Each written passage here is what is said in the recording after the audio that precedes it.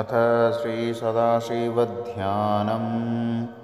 ॐ डिं डिं डिम्कतडिम्बडिम्बडमरो पाणौ सदा यस्य वै पुं पुं पुङ्कतसर्पजालहृदयं घं घं च घण्टारवं वं वं वङ्कतवं ववं कारुण्यपुण्यात्परं भं भं भङ्कतभम्बभम्बनयनं ध्यायेत् शिवं शङ्करम्।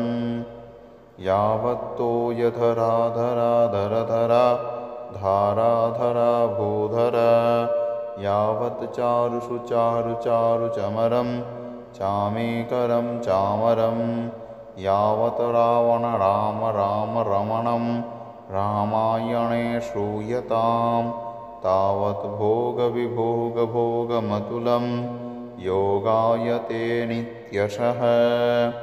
यस्याग्र्यद्राटद्राटद्रुटद्रुटममलं टाटटाटं टटाटं तैलं तैलं तु तैलं कुकुकुकुकुकुमं खङ्खखङ्खं खखङ्खं डंशं डंशं डुडंशं डुहि डुहि चकितं भूपकं भूयनालं ध्यायस्ते विप्रगाहे शवसति सबलः पातु वः चन्द्रचूडः।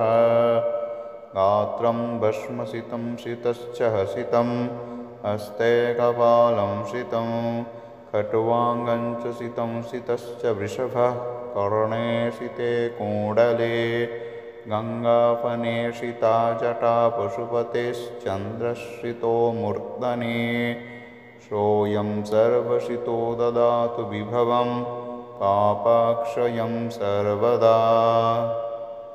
इति सदाशिवध्यानं सम्पूर्णम्।